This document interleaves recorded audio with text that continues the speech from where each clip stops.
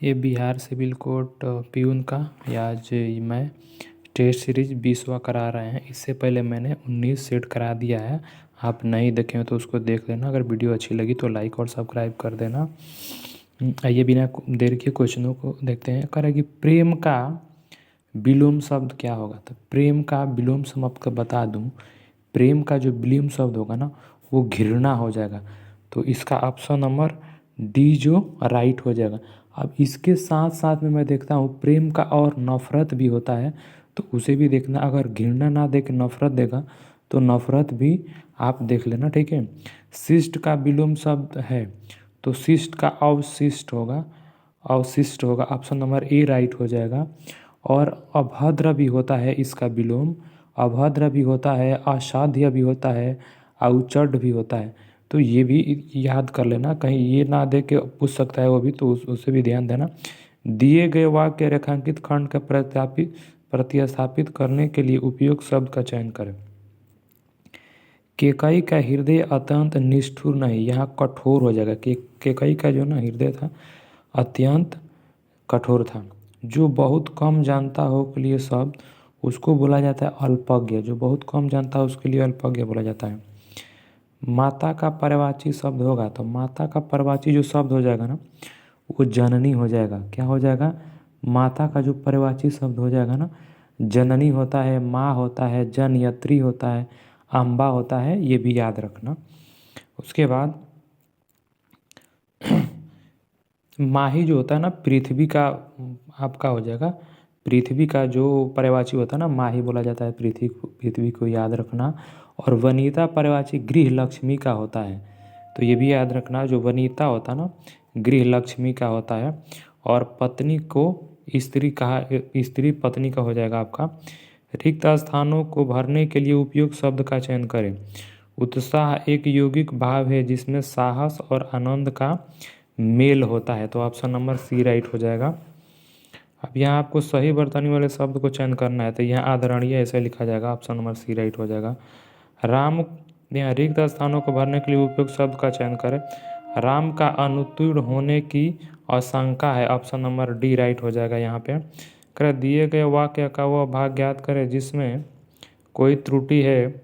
विद्वान का अतिरिक्त विद्यार्थियों द्वारा भी कोश का प्रयोग किया जा सकता है, तो त्रुटि पर विद्वानों के अतिरिक्त गलत हो जाएगा। यहाँ पे ये डी नंबर ऑप्शन हो जाएगा। यहाँ डी नंबर हो जाएगा। वन का पर्यायवाची शब्द होगा तो वन का जो पर्यायवाची शब्द होगा कानन होगा। वन का पर्यायवाची शब्द आपका क्या हो जाएगा? तो वन का पर्यायवाची आपका क्या हो जाएगा? तो कानन हो जाएगा। ये याद रखना, कानन वन का हो जाता है। और इसका भी देख लेते साथ में, आरण्य या गहन, आख्य, जंगल और विपिन, ये आपका जो ना वन का भी पर्यायवाची है, तो इनको उसे भी देख लेना क्योंकि ये हो सकता है कि वो भी पूछ दे। और विटप का पर्यायवाची, विटप का भी पर्यायवाची पूछ सकता है ना, तो विटप का पर्यायवाची भी देख लेते हैं। विटप का पर्यायवाची वृक्ष होता है। भूपति का पर्यायवाची राजा होता है। भूदेव का पर्यायवाची जो आपका हो जाएगा ना भूदेव, ये भूदेव आपका ब्राह्मण का होता है, तो ये आप याद रखना। विटप का क्या हो जाएगा? तो विटप का आपका वृक्ष होता है। और भूपति जो हो गया ना भूपति, भूपति आपका राजा का हो गया, तो ये भी आप याद करते चलना दोस्त। रिक्त स्थानों को भरने के लिए उपयुक्त शब्दों का चयन करें। मैंने भाषण नहीं सुना क्योंकि वह मेरे काम का नहीं था, ऑप्शन नंबर सी राइट हो जाएगा। यहाँ पे क्वेश्चन नंबर 12 देखते हैं।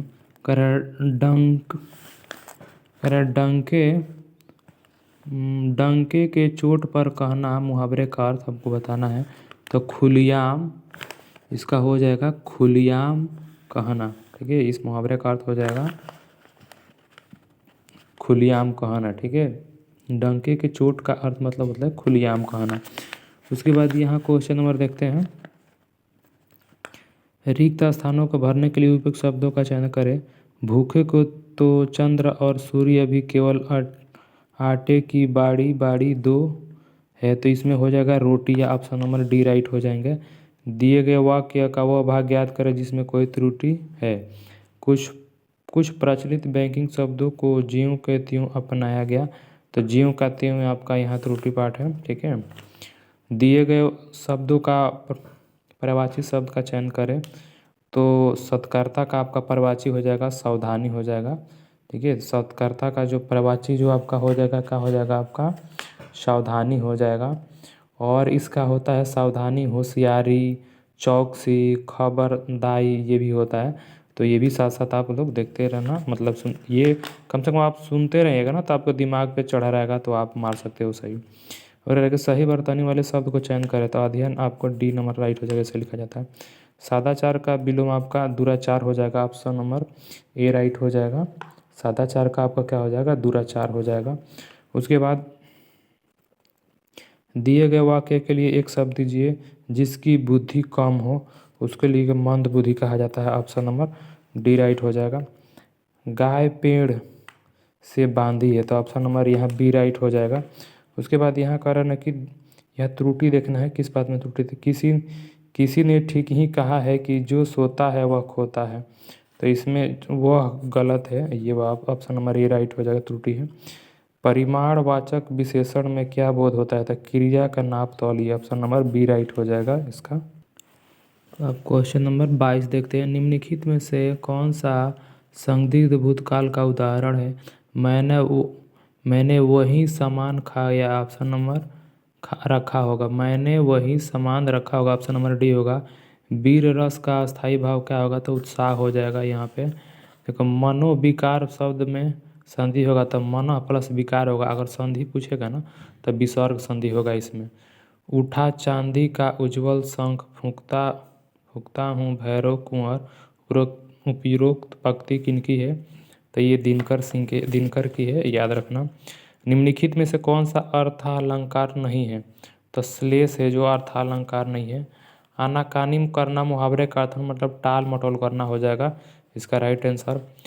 माटी की मूरत किस लेखक की रचना है, तो ये राम वृक्ष बेनीपुरी का हो जाएगा।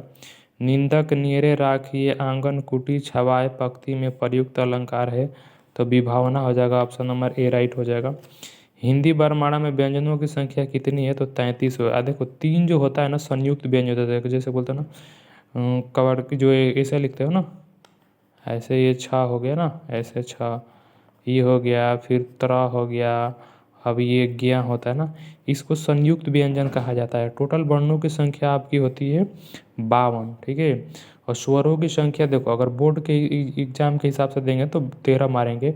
अगर एसएससी जीडी लेवल का अच्छा है, मतलब जीडी लेवल के एग्जाम देंगे तो उसमें स्वरों की संख्या मारना 11। अगर आप जैसे यूपीएससी बीपीएससी लेवल का आप एग्जाम दे रहे हैं ना तो उसमें स्वरों की संख्या मारना आप 10, क्योंकि री एक जो होता है ना, री भी ये हट जाता है, ठीक है। और हम जैसे जीडी लेवल का एग्ज़ाम देते हैं तो उसमें हम इसको काउंट कर लेते हैं क्योंकि 11 हो जाता है। तो ये इस पे ध्यान रखना, आप जिस लेवल का तैयारी कर रहे हैं उसी लेवल तो मतलब समझा दिए, उसी पे आपको टिक आउट करना। अब यहाँ आपके हो जाता है गदान। इस गदान को पढ़ना होता है और 31 लेकर 35 क्वेश्चनों के आंसरों का जवाब देना होता है। देखिए, मानव इतिहास में हजारों साल तक शून्य का कहीं आता पाता नहीं था।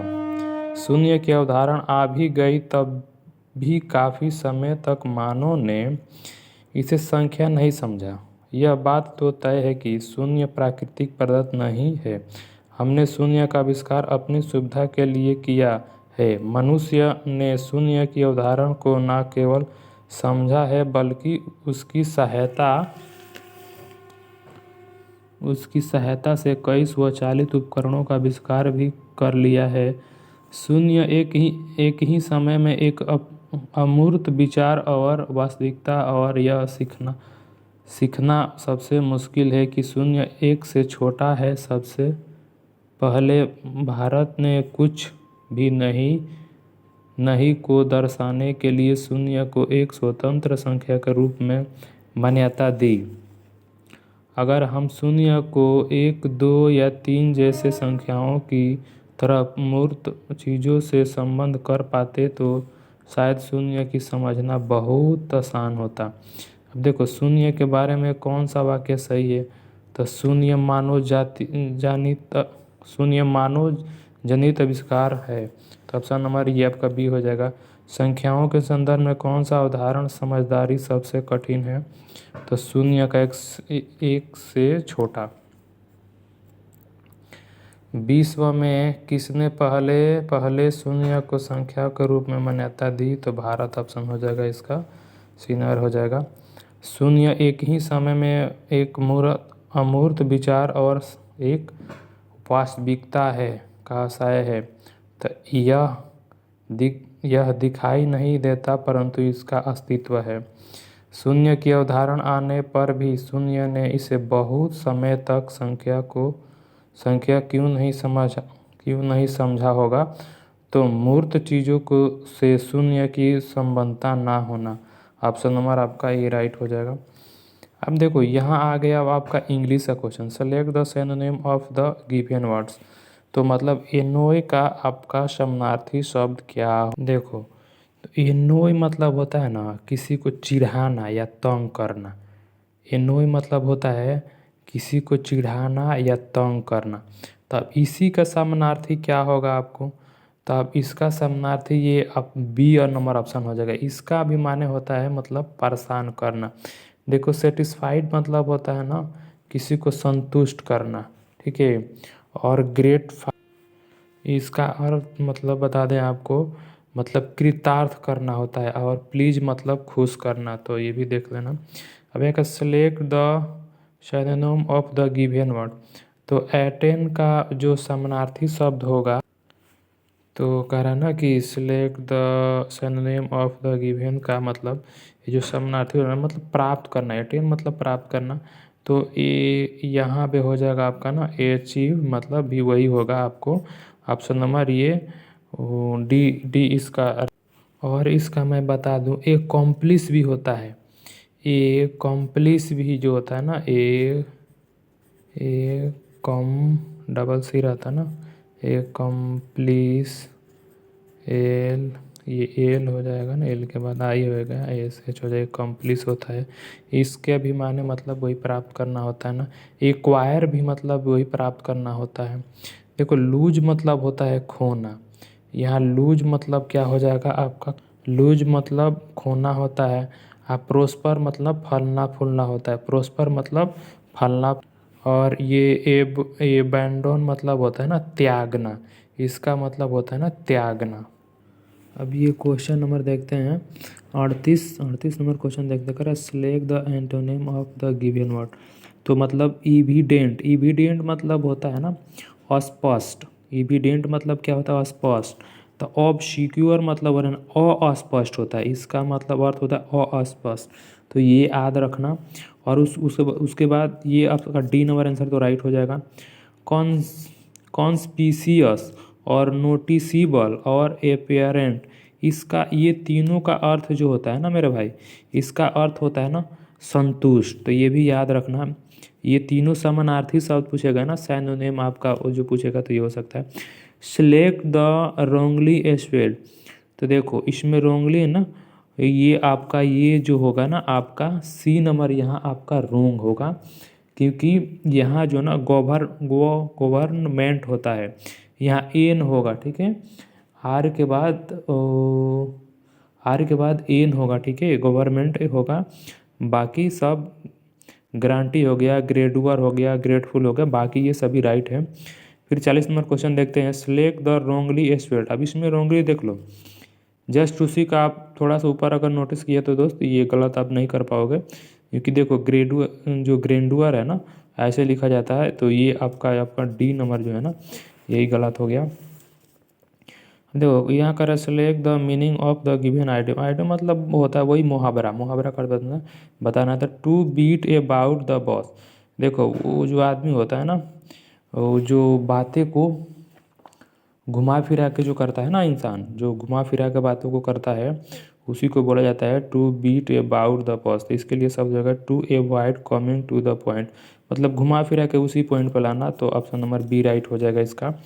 उसके बाद कह रहा है कि select the antonym of the given word. अब देखो मॉर्नफुल मतलब क्या होता है?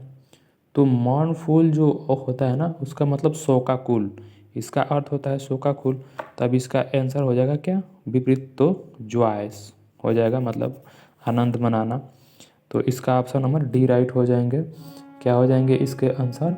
और देखो ट्रेडिशनल, अब यहाँ आपके ना जो ये हो गए सब ये आपके ये 42 नंबर क्वेश्चन हो गया ना। उसके बाद इसको आपको इसको जॉयस भी होता है, जॉयफुल भी होता है, तो ये भी याद रखना, कहीं जॉयस ना देके जॉयफुल देगा तो वो भी सही, वो राइट हो जाएगा वो भी। अब यहाँ करेंगे select the which means the same as the group of words given, a person of conventional and silently strange views a behaviours.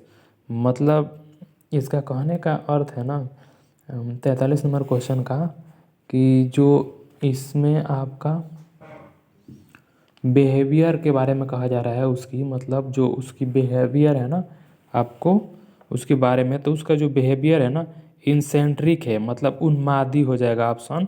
इसका मतलब उसकी बिहेवियर है ना जो कैसी किस टाइप के है, तो उन्मादी टाइप का था। इस इंसेंट्रिक का भी मतलब उन्मादी ही होता है, तो ऑप्शन नंबर 43 का सी हो जाएगा। अब देखो ये ट्रेडिशनल हो गया ना, तो ट्रेडिशनल का होता है परंपरागत अर्थ हो गया इसका। कन्वेंशनल आपका जो हो गया ना कन्वेंशनल, तो रूढ़िवादी हो जाएगा आपका। होलसोम मतलब आपका हो जाए ना, इसका होलसोम का मतलब लाभदायक आंसर हो जाएगा, इसका मतलब जो शब्द हो जाएगा ना तो लाभदायक हो जाएगा। अब ये देखो select the most appropriate word to fill in the blanks, the wages of the daily workers are fixed according to their skill, तो आपका टू यहाँ फिलअप हो जाएगा, प्रोपोजिशन आपका टू हो जाएगा। Select the most appropriate synonym of the given words, देखो ये साइनोनिम मतलब समानार्थी वर्ड, तो ट्रांसपेरेंट मतलब क्या होता है, ट्रांसपेरेंट मतलब अस्पष्ट, तो इसका हो जाएगा क्लियर। शाइनी मतलब चमकीला हो जाएगा, प्रेटी मतलब सुंदर होता है, और ऑप क्यू मतलब आपका क्या हो जाएगा, तो अस्पष्ट हो जाएगा इसका।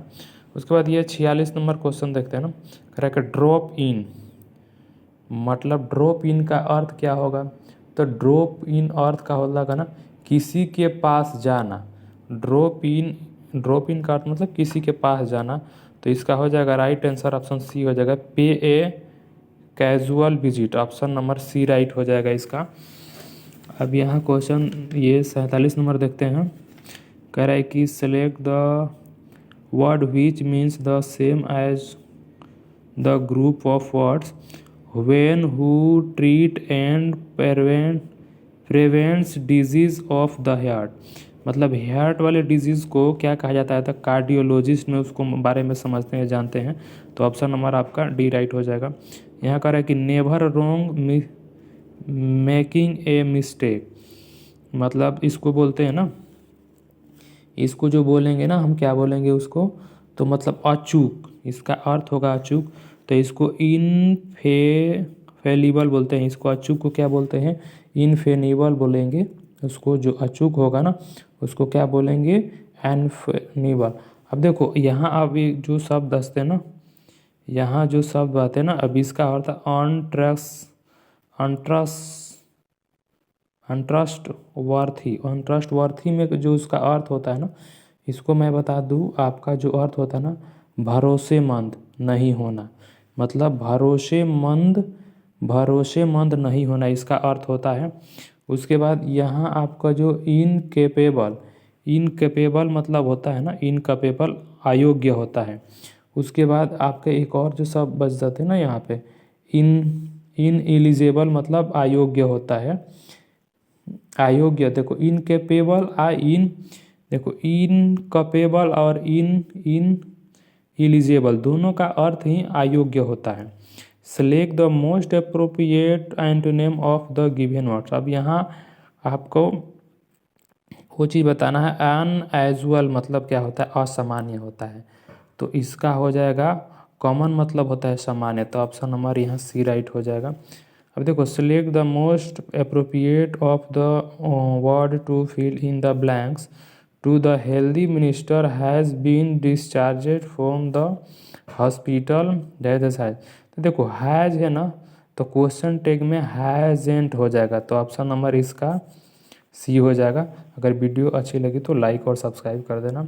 दोस्त मेरा थोड़ा तबीयत दब है इसलिए थोड़ा लाउडली थोड़ा मैं कम थोड़ा स्पीक कर रहा हूँ।